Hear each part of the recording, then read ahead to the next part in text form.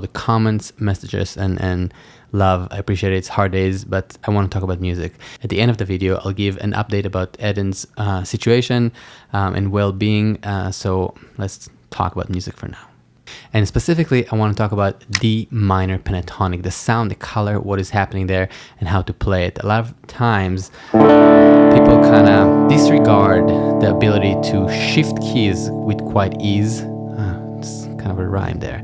And I want to talk about the sound, how to use it, and how to explore it on guitar. It's really, really beautiful. And I think D minor is a very guitar kind of sound. That's why I play this kind of color. So before we even dive in completely, let's look at this chord because it's super beautiful.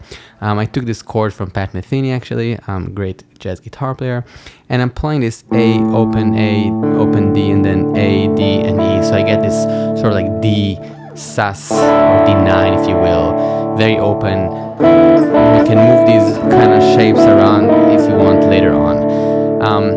What is interesting for me in the discussion is a lot of times when people look up pentatonic and guitar, the conversation is about A minor, which is of course super great, but we talked about it quite a bit, and I just want to try and shift to a different center. That means hearing it, singing it, playing it, positions, everything, the whole shebang, and then of course being creative. So we'll talk about quite a few exercises of creativity as well as framework. Let's dive in. The first thing we want to think about and be aware of when we're talking about the pentatonic scale, we're talking about 5 notes, penta is 5, so we have only 5 notes, which is really cool and a beautiful sound. So if we're talking about D minor pentatonic, we're starting with a note D, you have the note F, G, A, C, and D. And you might know that, and you might have already played this scale. The trick and the big thing is really being aware of what you're doing and really hearing it. If we can connect our mind, fingers, and ears together, then we can actually do a lot of damage in the most beautiful way. So for that, I want to hear that center for a second, and I'll just kind of play this drone, this fake drone here, and I'm going to sing the note D. So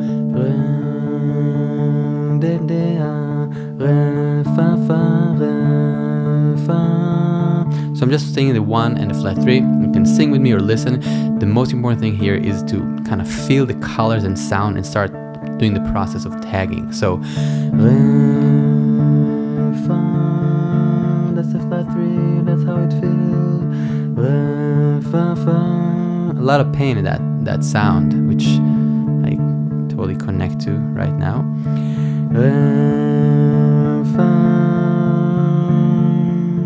Okay, let's go forward.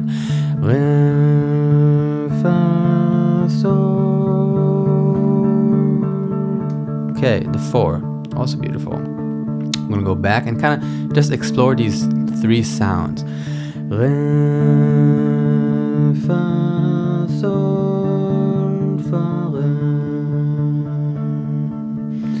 Re, fa, sol, la, sol.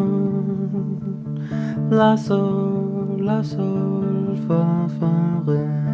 Okay, so I also was touching upon the A, the 5, right? So we have re, fa, sol, la, sol, fa, fa, re, do, the flat 7, re. Again, one more time, just ascending the scale. Re, fa, sol, la, do, re, do, la, sol, la, re, do, 3, la, sol, fa, fa, re, do, re. Again, the idea here is just hearing the colors and connecting to them. Again, I'm not a singer. It's great if you can sing, but the point of this is singing and trying to hear it in our minds and producing a sound. Doesn't need to be the most perfect sound, but it needs to be kind of the color, kind of the note as much as possible. So for that, I mean, honestly, the best thing is just playing what I just did, a drone. You can also use a drone, just a track, and I'll drop a link here. I love using these drones. One of the apps that I use a lot is iTabla Pro. There are also different free versions of that, but it's basically giving you a drone, and you can change the keys, and you can do quite a bit of things with that. I like doing it when I'm driving as well, or just kind of hanging around the house sometimes and just kind of singing it. I mean, it's kind of annoying for other people, so be aware of that, but except that it's really nice. Cool. So the idea is listening to the color and hearing it. If we can hear it, we can also play it. I know this is not guitar 101, but I'm telling you, if you can do this part, you'll be a better guitar player literally tomorrow. So this is a big deal. The next thing is a little bit of framework, right? So when we're playing a different center, we don't want to really just copy paste and move the fingerings. I mean, it's good to know the fingerings, but you can kind of see it as a sort of like a new position. Again, I know that I'm shifting the positions, but I'm still aware of D minor, and I'm not saying like, oh, this is A minor, I need to switch it there. It's a little bit of a hassle in that sense. I really want us to see the note D here and here and be able to kind of see the notes around it. It's not that I'm not seeing the fingerings, but I'm still aware of this as the D minor fingerings. So for that, let's go over just 2 position right now, and we'll do the 5 position later. The first position here, just technically the one here on the beginning of the fretboard, if you will, is this one.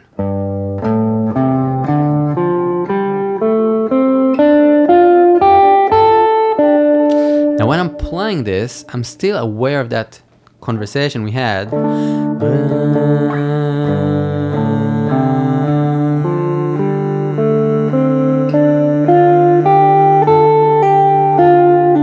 So although I'm working on something technical, fingering, framework, slowly but surely, I'm still trying consciously and kind of almost, I would say, forcing myself to hear it, to feel it, and to tag the color. So by humming, by paying attention, we raise the awareness, and therefore we are getting better at music. I know this is sometimes sounds too easy to be true, but I really believe in that, and it really works. So just try to aim your emotions, your thought, your awareness into listening and hearing, and that will get you very far. Alright, so now I'm gonna hum this note. You can hum together if you can or want, you don't have to, but try to feel the colors, and we're going to go note by note. So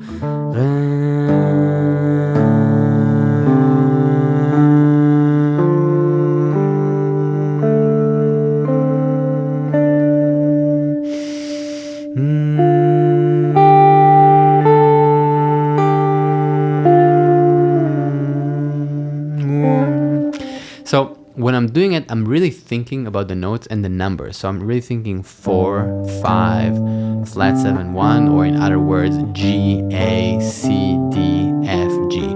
Now, sometimes people ask what happens when you play a faster line or a lick or different things like that. Well, you don't always need to think about the names of the notes and the relationship. I think it's a process of practicing. When I'm in the shed, when I'm shedding and practicing and working on something, I'm trying to slow it down to the point that I can be aware and hear things.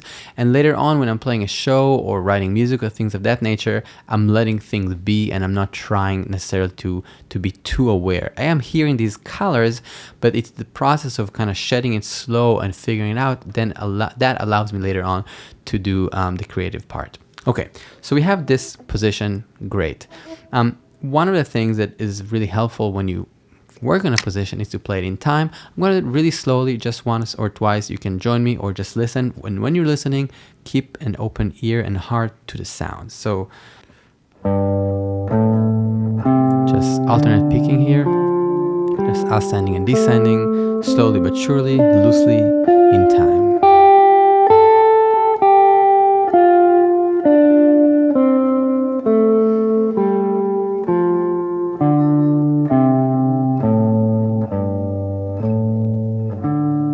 Now, a lot of times I will work with a metronome or a groove and kind of work on subdivisions. The second position here, I want to just do this one, and then we'll go to the kind of cool stuff. All right. I think this is cool too, by the way. This one here looks like this. Just visually, it's in this kind of neck of the woods, if you will. I'm still going to sing the note D. It starts from the 5.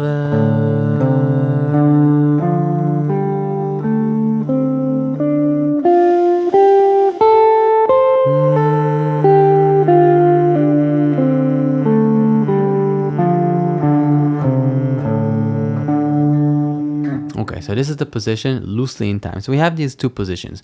One of the things that we want to start doing when we're working on new keys, new positions, is knowing the fingerings really well in each one separately, but then connecting them. Again, I'll do it slowly and loosely in time right now, but later on we would do it with triplets, 8 notes, 16, etc., all across the guitar. So the first thing here is I'm kind of aware of the position, and I'm just switching between those two. And I'm switching at will, just sliding between the two positions. I can also grab the note F because I know it's in the part of the scale. And at a certain point, when you do this enough, you either think about notes, or you kind of hear the color and you can kind of do that. Again, it takes time, but that's the idea. So I can switch wherever I want. I don't have to really think at the end of the day too much later on. Right now, think about it.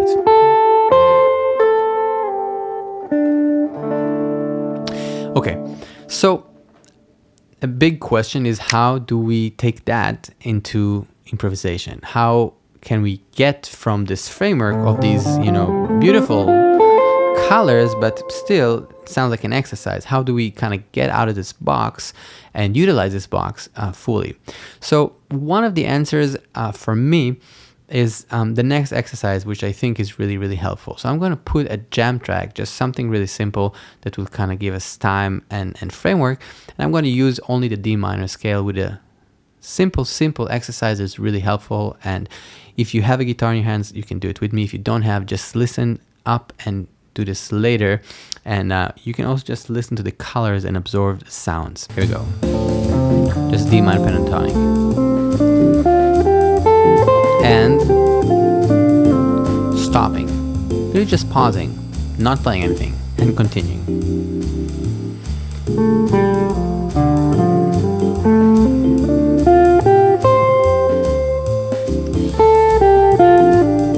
Okay, not the most interesting yet. Now I'm going to do the same thing, so I have pause and then I have change of direction. So if I'm keeping this subdivision of 8 notes, I kind of ascend and descend, and then I change direction whenever I stop. For example, here we go.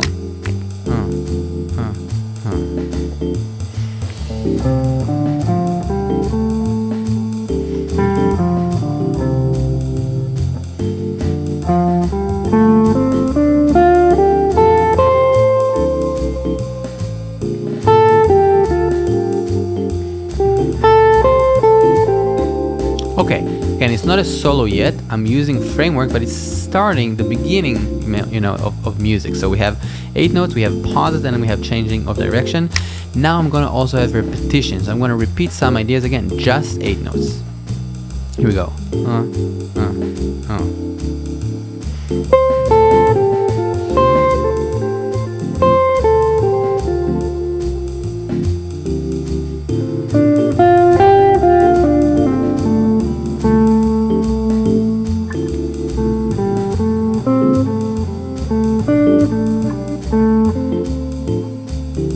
Okay, not too much is happening just yet, but we have the beginning of things that can later on yield to music. Now I'm going to do the stops, pause, change of direction, repeat, and also I'm going to do a few jumps, just skipping notes. Here you go.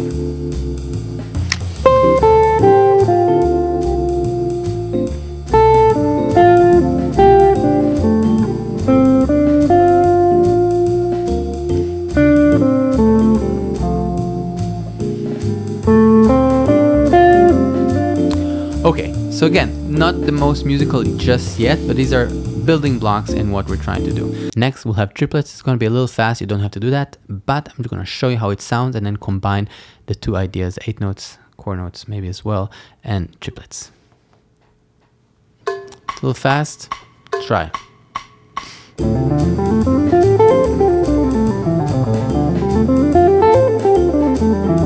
Okay, so that's the triplets. Now I'm going to use the 8 notes and triplets, so 1 and 2 and 3 and 4 and takita, takita, takita, and do the exercise. Change direction, stop, repeat, etc. So it will sound like this.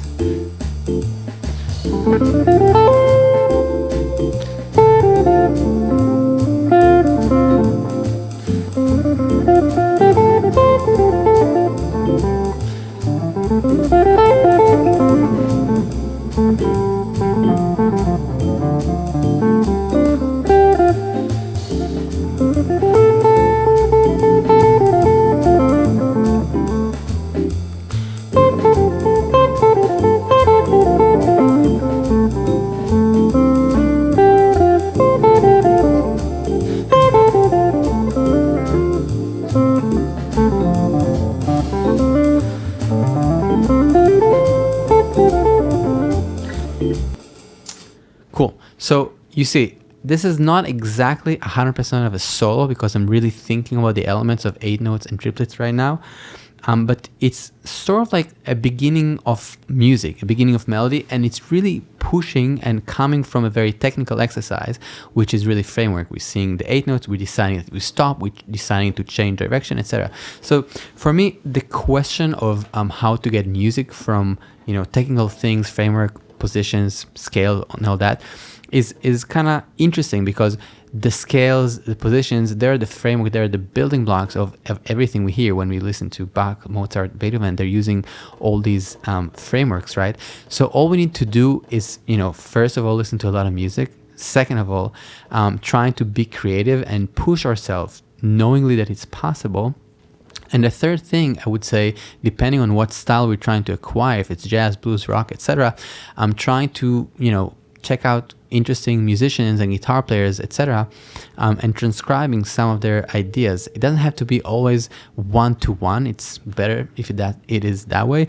But also you can kind of like borrow inspiration and understand what they're doing. You can even write on a piece of paper, oh, okay, he's kind of playing this idea that's repeating. Let me try to do something similar. Okay, he's playing these triplets. Let me see if I can play triplets, etc. So the idea for me is going to the guitar, going into this framework of music and trying to kind of push your boundaries and make sure when you're practicing, actually taking the time, listening, and absorbing the information. Thank you so much for watching. I really appreciate you being here. Again, just to recap about the last video, yeah, these are really hard weeks for us. We're in the hospital 24/7. I just stopped by here for just a couple of hours to say hi to you guys. And yeah, he's doing better. He's doing well, I would say. He's you know, he's stable. We started chemo, and we'll see how things progress in the most positive way. And I'll keep you posted. Yeah, again, thank you so much for all the messages and comments and emails and everything. It means a lot. And also we learned a lot. So we actually reached out and checked every link and every message that everybody sent, so it was really meaningful. Yeah, I hope to carry more good news in the future, and I'll keep you posted. Thank you so much.